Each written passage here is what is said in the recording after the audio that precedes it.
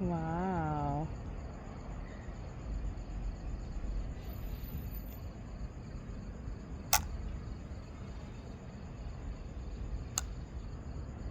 Your docent this evening, that is derived from the Latin word docentus, meaning overrated tour guide.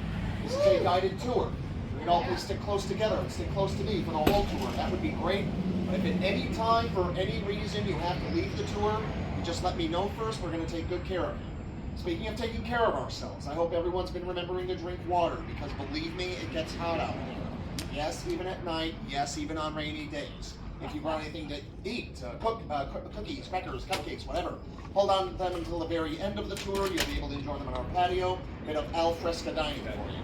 And before I forget, please take as many pictures and videos as you want of anything you see in the Neon Boneyard. October 2012, which means we'll soon be celebrating our 11th anniversary. Oh, go us.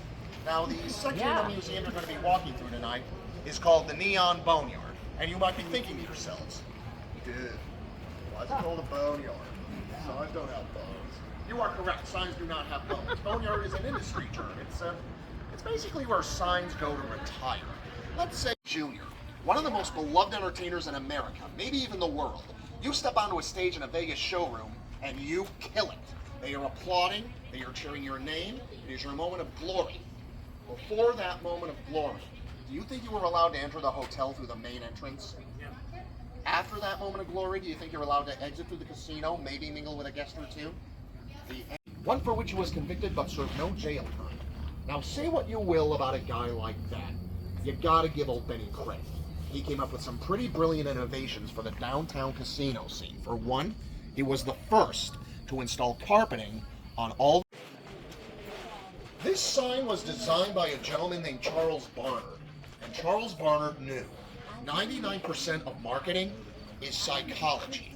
And this sign, slopping over with psychology. For one, anybody? 1922. Would you believe Sassy Sally's opened in 1980? You see, Barnard designed this sign specifically to look like it came out of the 1890s, the era of the Wild West. Why? Because if a business is old and established, we tend to think of it as more trustworthy. Also, you'll notice the color scheming. Red and yellow, the two brightest colors on the spectrum, and colors proven to evoke feelings of hunger in the human psyche. Why do you think so many companies use red and yellow in their logos? You can think of at least one, I'm sure. Anybody? McDonald's. McDonald's, excellent example. Any others? In and out. In and Out, another great example. Any more? Carl's Jr. What's that? Carl's Jr. Carl's Jr. or Hardee's, depending on where you're from. Denny's, Oscar Mayer, the list goes on and on and on. Also, bit of subliminal advertising in this sign.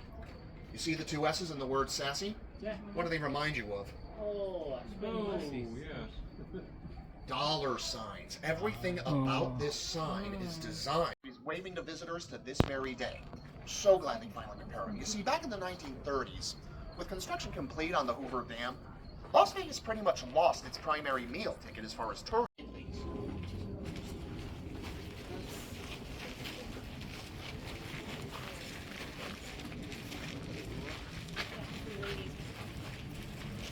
To quote the last words of my late Uncle Giuseppe, please follow me into this blind alley. Of all things, an antique shop.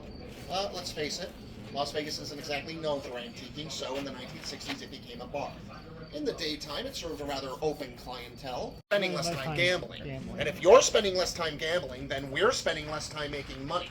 So Vegas put the kibosh on that one really quick. The Treasure Island got rebranded the TI, and the Battle of Lido de Bevy was truly one of the legendary performances of Las Vegas. It is hardly the only legendary performance in space, one of which I'm going to tell you about at our next exhibit this week. Hey, Lila.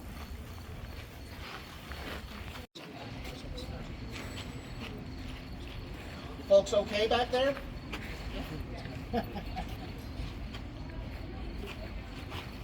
The Sahara, opened 1952, was the sixth resort to open on the Las Vegas Strip. This sign is from the 1990s. It's an example of a porte-cochere sign. Anybody know what that means? Means you could drive a car under it. Now, the Sahara, as I said, hosted many a legendary performance, not the least of which were such luminaries as Marlene Dietrich, Louis Prima and his then-wife Keely Smith, and Dean Martin. In 1964, the Sahara did not play host to the performance of a famous rock group. They were performing at the convention center, but they stayed at the Sahara. Perhaps you've heard of them. Oh, lads from Liverpool. Who were they? The Fab Four. They stayed at the Sahara, and Sahara management was not too keen on the idea of the Beatles walking around their casino. You can imagine why. They were afraid of getting mobbed by screaming Beatlemaniacs. So, what do you do if you can't bring the Beatles to your slot machines? You bring the slot machines to the Beatles. That's exactly what they did. They took 2 slot machines, brought them up to the Beatles room. We don't know if the Beatles actually won anything on those slot machines, but it's not like they had to. They were rich enough already. In 2011, the Sahara had to shut down for a bit, but in 2014 it reopened as SLS.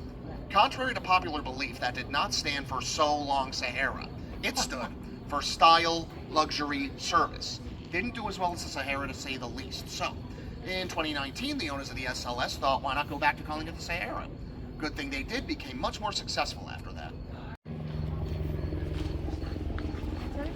Yeah. The teenagers were not allowed in the Frontier Casino, so Elvis went over about as well as you'd expect Elvis to go over with a middle-aged crowd, at least in 1956. This so turned Elvis off to performing live in Las Vegas. He would return to film Viva Las Vegas and marry his 82 feet tall, 24 feet wide, and based, pardon the pun, on the actual Gibson Les Paul of a rock and roll legend. Can anybody guess who? Pete Townsend of The Who. The Hard Rock Cafe opened in 1990 on the corner of Harmon and Paradise in front of what is now the Virgin Hotel Casino. It's shut down in 2016. The sign came down in 2017. On March 4th, 2019, we lit this bad boy up. And to this very day, we still have people coming into our lobby thinking this is the Hard Rock Cafe. This song was also featured in a fairly memorable scene from a fairly popular live-action Disney movie, which, Disney-phile that I am, I never actually saw. But maybe you know what movie I'm talking about. Anybody? It was the sequel to Honey, I Shrunk the Kids. Honey, I Blew Up the Kid. Honey, I Blew Up the Kid. It was featured in a scene in that movie. Our next and final sign on the tour also featured in a movie.